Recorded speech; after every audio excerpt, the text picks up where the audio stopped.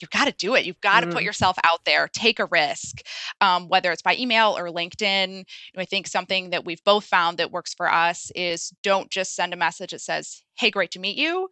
You ask someone for advice or a favor because everyone likes to help. Welcome to Spill the Ink, a podcast by Reputation Inc., where we feature experts in growth and brand visibility for law firms and architecture, engineering, and construction firms. Now, let's get started with the show. Hi, everyone, and welcome to Spill the Ink. I'm Michelle Calco-King. I'm your host, and I'm the principal and president of Reputation Inc. We are a public relations and thought leadership marketing agency for B2B professional services firms, including law firms. To learn more, go to rep-inc, that's inc with a K.com. So we have a special episode planned today. So we typically have just one guest join the show, but today I'm really excited to introduce Lindsay Tiffany and Emily McKeown. And so we have two guests, which is really exciting. And we're going to be diving into the power and value that forging peer work relationships can offer law firms. So Lindsay Tiffany is the Director of Marketing and Engagement at Wyrick Robbins, and Emily McKeown is the Business Development Director at Godfrey and Kahn. So I'd love for you both to introduce yourselves and tell me a little bit about your background in legal marketing. Sure. Emily, do you want to start us off? I'd be happy to. First of all, thank you so much for having us on so we could share a little bit about our story. I'm Emily McKeown. I'm the Business Development Director at Godfrey and Kahn.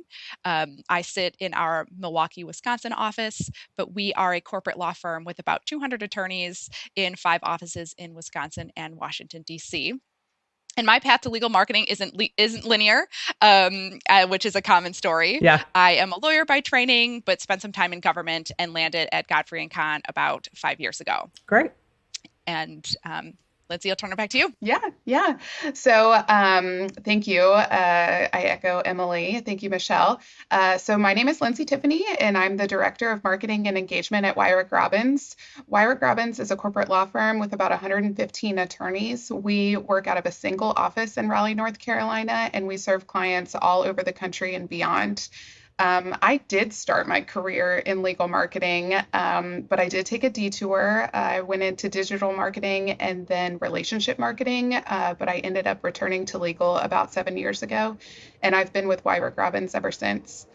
Sometimes I like to joke that coming back to the legal industry makes me a glutton for punishment, but truly, I have had the incredible good fortune of working at 2 of the most collaborative and conscientious law firms that I've ever heard of or known.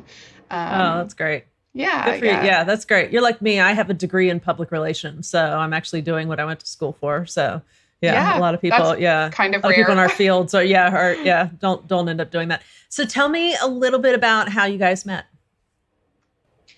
Sure. So we met in either 2020 or 2021. It was those early dark days of COVID where everything was virtual and every organization was scrambling. They were pivoting. They were trying to provide meaningful virtual connection. And we had both signed up for some really great virtual content that the Legal Marketing Association had started to put on. We were in a business development training. By pure chance, got into a breakout room together, and I just started to really listen and pay attention every time Lindsay talked, because somehow she managed to take the thoughts from my brain, put them into words, but much more eloquently than I could ever say them. And so I just realized that she was smart and confident and had these great business development instincts, and I thought, this is someone I'd love to have in my personal network. I love that. Love that. Tell me from your perspective, Lindsay. Well, gosh, that is super kind of Emily to say, and I could repeat all of that back and say the exact same things about her. So she told our story beautifully. I guess we just have COVID to thank for this relationship. But Emily hit on the mass pivot to virtual programming. But I think that something maybe one part of it was just that everybody was really hungry for that connection. And so maybe that gave us a little bit of extra oomph to kind of connect after the fact. And also, people were just beginning to see that the virtual connection was actually a viable way to sustain a relationship. Yeah, I love that. And I love that you were able to see a like-minded person too, that way, that you were able to go, oh, that person says some things that are resonating with me, and seems to be the kind of person that I want to connect with and know better. And we can do that virtually just as well as we could do. We might be able to do it better sometimes virtually than we can do kind of maybe in a crowded, in-person venue. So tell me how that relationship has evolved. So you met, kind of tell me where it's gone now from that initial meeting. Yeah, well, from that initial connection, and we took that step to take it outside of that training and meet again virtually. And where we stand now, it's about quarterly. We meet for an hour virtually. And I think your point is a really good one, that here's a benefit of a virtual relationship. It's from our desks. We hop on in between meetings, but it's time that we've become really protective of. Of course, we can always reschedule if needed, but it's something I look forward to every week. I see it upcoming, and I come with a list of questions that I would love Lindsay's take on. And somehow from that list, the conversation just evolves, and all of a sudden an hour has passed, and it's like no time has passed at all. I love that. So now, Emily, did you reach out? Did you say, hey, Lindsay, you seem like somebody I'd like to know? How did that happen? Did you just kind of send an email, or I wonder what was that? Because I think a lot of people are just kind of nervous about, especially because, a lot of people think, and one thing I've learned in the legal industry, as agencies, I'm very friendly with my competitors. And I really enjoy that. But a lot of people, I think when they're coming up, they initially think, oh, I can't be friendly with people who are technically competitors. How was that outreach like? Yeah, so it's tough to take that first step. Mm-hmm. And so one of the things I want to leave your listeners with is you've got to do it. You've got to put Mm-hmm. yourself out there, take a risk, whether it's by email or LinkedIn. I think something that we've both found that works for us is don't just send a message that says, hey, great to meet you. You ask someone for advice or a favor, because everyone likes to help. Yeah. And so, in our shared recollection, we can't actually recall who took that first step, which hopefully points to how natural our relationship has become and how long it's been maintained. But it was either LinkedIn or email, and then just from there, we kind of found that mutual benefit and value. Yeah, that's great. And so, can you give me some examples of times when the relationship that you've cultivated, kind of has benefited you? Can you give me a few examples? Oh gosh, I think Emily, touched on this in her earlier comment, that there's always things that we want the other's opinion on, and so I just keep a running list of things, in anticipation of the upcoming meeting, whenever that's scheduled for the upcoming quarter. And she is just so wonderful. We don't have to spend, because we are in the same industry, we don't have to spend a lot of time bringing the other up to speed on some of the pain points. Her firm's bigger, but similar in many ways, but really, really key that she's out of market. And I think that affords us the opportunity to be a little bit more transparent than we would be. I have a great network of legal marketing friends in Raleigh. Those people are just pure gold, and they are so wonderful. But there are just some things that you can't say to the person in your chair at your neighboring firm. So I think it's really helpful, and I think that's a really unique point about the relationship that Emily and I have, is that she's out of market.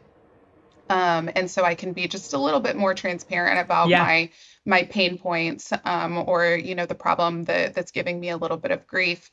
So that's really key. But I think another thing that makes the the relationship work and really add a lot of value to both of us is that really nothing's off the table. Of Mm. course, we work in a highly confidential industry, so we're certainly not discussing clients or proprietary information or anything like that. But we're both willing to be the listening ear or the problem solver that the other is needing in that moment. And I think we can really, because we're in similar situations, we can problem solve and iterate very quickly. And so we can really make use of that hour, Yeah. which, like we've said, it's truly never enough time. Yeah. I love that. Yeah. I was going to ask about if there's any sensitive, because absolutely, while I'm the same way, while I'm friendly with competitors, you kind of have to navigate it. Right.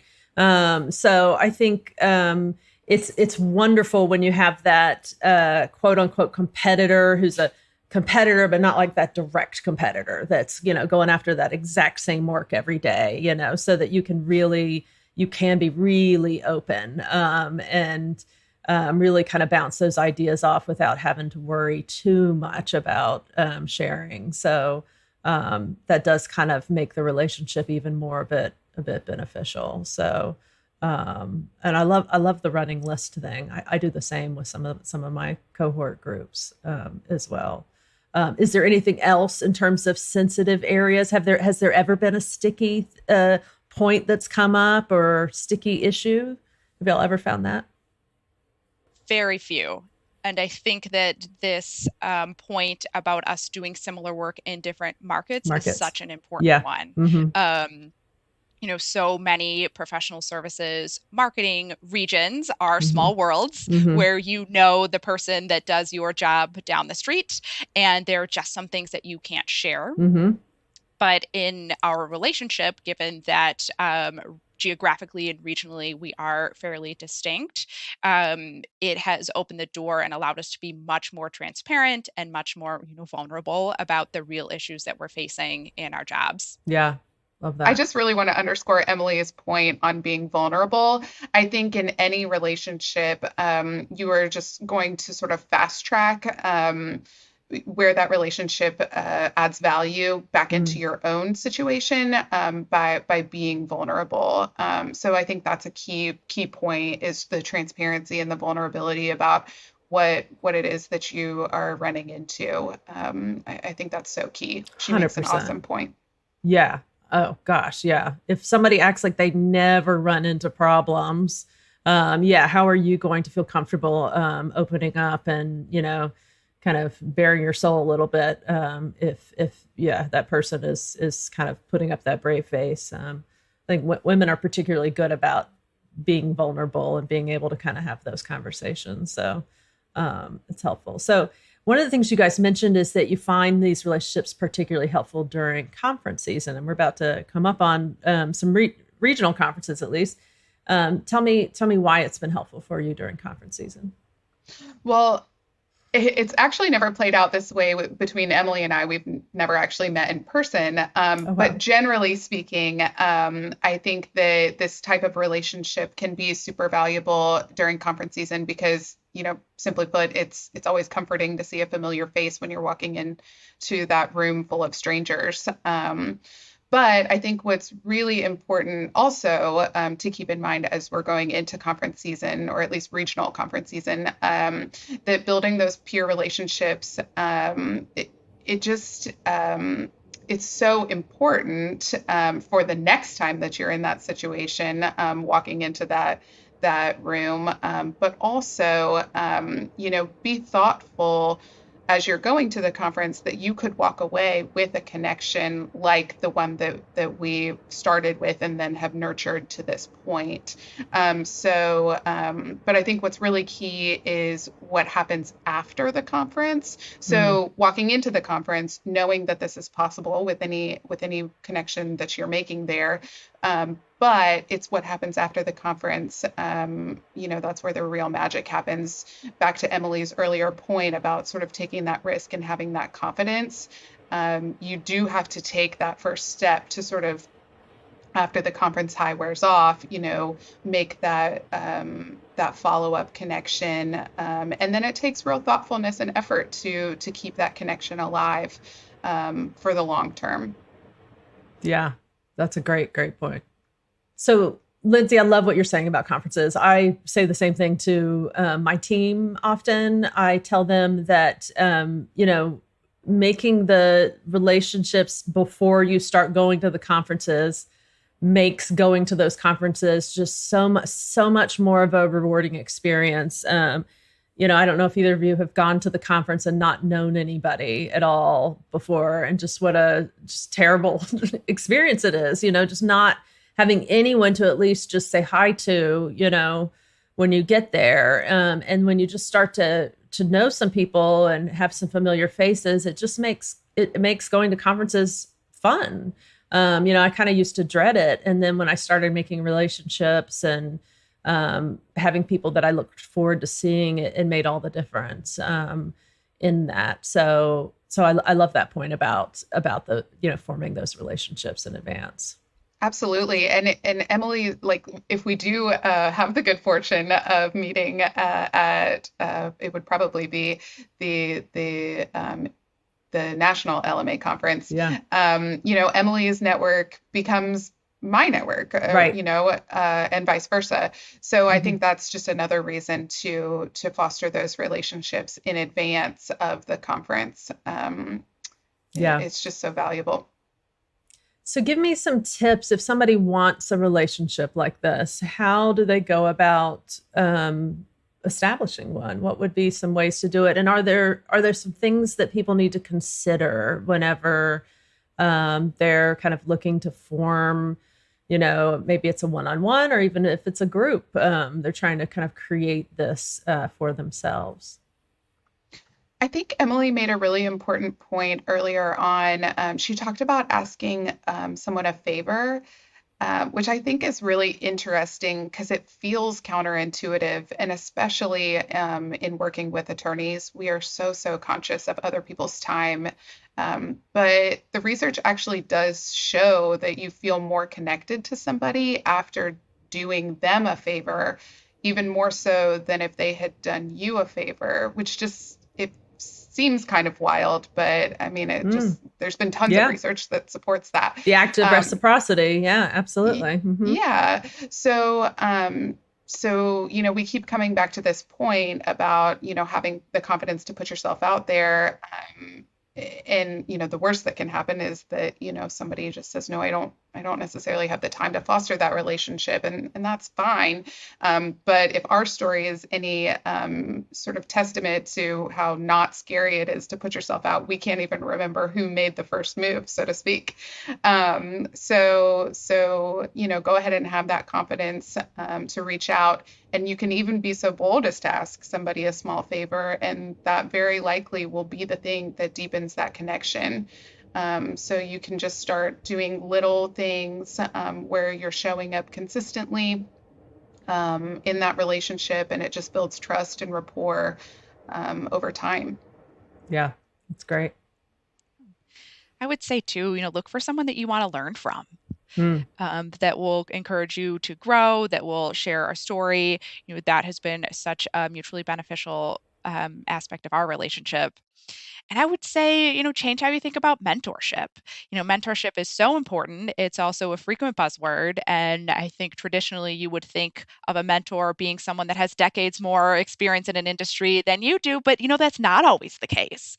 Mentorship could come from someone with a different geographic location or a different career path or just simply a different perspective.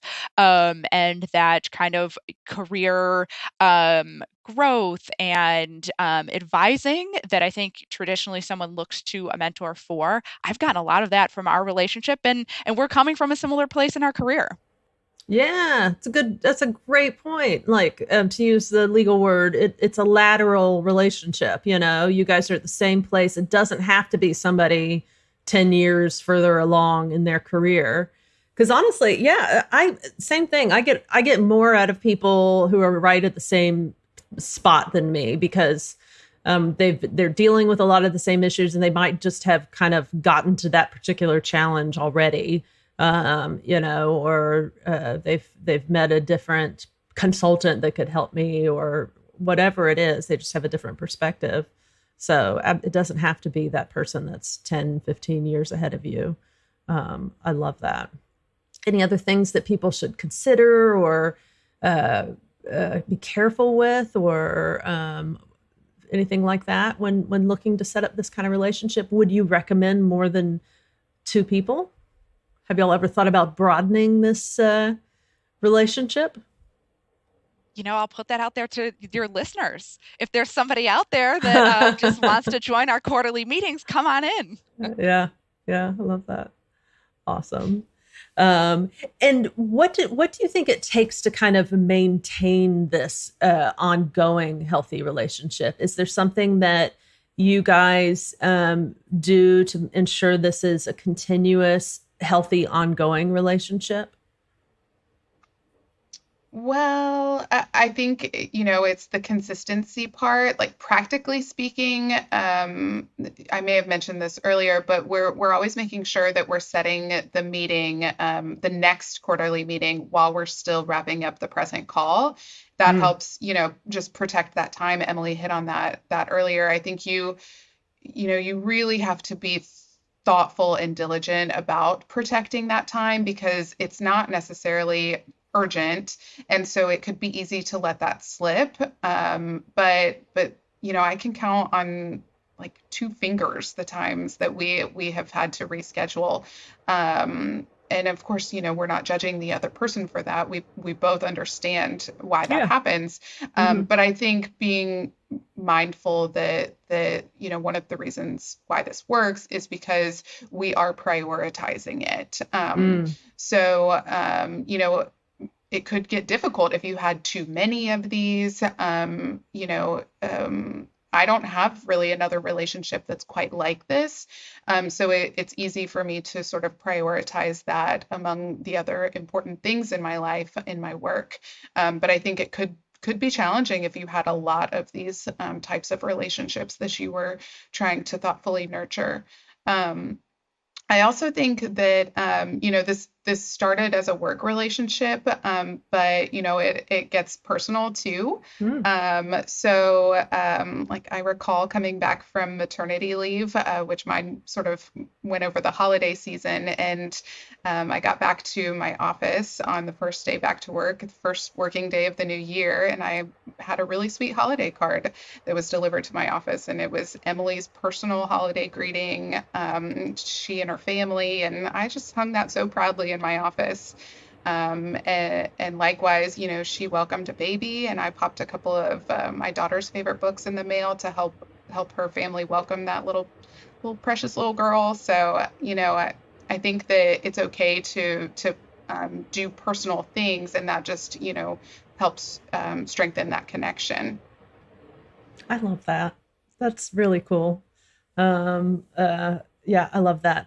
Well, I'd like to, you guys have already given lots of takeaways, so I hope we haven't gone through them all, but I'd like to kind of end this with some of those big takeaways that you might give to your listeners. So if we have listeners that are going, wow, I need this in my career, I need this in my life, I want this. What are some of the takeaways that you would give to those listeners?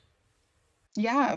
Well, from my perspective, we've touched a lot on these ideas of transparency and vulnerability. I think that is so crucial. We talked about that the fact that Emily is out of market for me and vice versa, that is really one of the key things that sets this relationship apart from others. And then just taking those consistent small steps. So practically speaking, that first small step is just reaching out and making that initial contact. And then the second small step is giving it some sort of regular cadence, like even if it's just a quick chat. And then from there, you just continue with that small but thoughtful next action. One of the best things that Emily has ever done for me is, cheered me on was sort of a pet project that I'd been thinking of. And, she challenged me to make tangible progress on it by our next meeting. And then a couple weeks later, she even followed up in an email. So that sort of accountability was that just small way of her showing up. So just consistently showing up in those small ways, it just builds trust over time, until what started, as this very simple connection turns into, something very deeply supportive and mutually rewarding. Love that. What about you, Emily? I'll just add one final point for anyone in that business development and marketing space and professional services. We're all struggling to find that balance between being a business development facilitator and helping those around us with our business development while also modeling good business development behavior. And for me, this relationship just goes to show it can be done. A great relationship like ours can be formed by putting yourself out there, by having that mutual give and take and that back and forth, and it can all be done virtually. So we are living proof.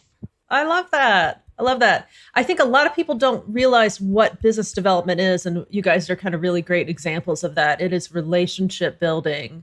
And I'm always doing that. I'm always pointing it out when my team members do things that I consider that's business development. You're forming a relationship. That's business development. So, well done. Really, really pleased that we can showcase this. And I really appreciate you guys coming on and modeling this for everyone. So thank you very much. So we've been talking to Lindsay Tiffany of Wyrick Robbins and Emily McKeown of Godfrey Kahn. So thank you both for your time. Thank you, Michelle. Thank you so much. Thanks for listening to Spill the Ink, a podcast by Reputation Inc. We'll see you again next time, and be sure to click subscribe to get future episodes.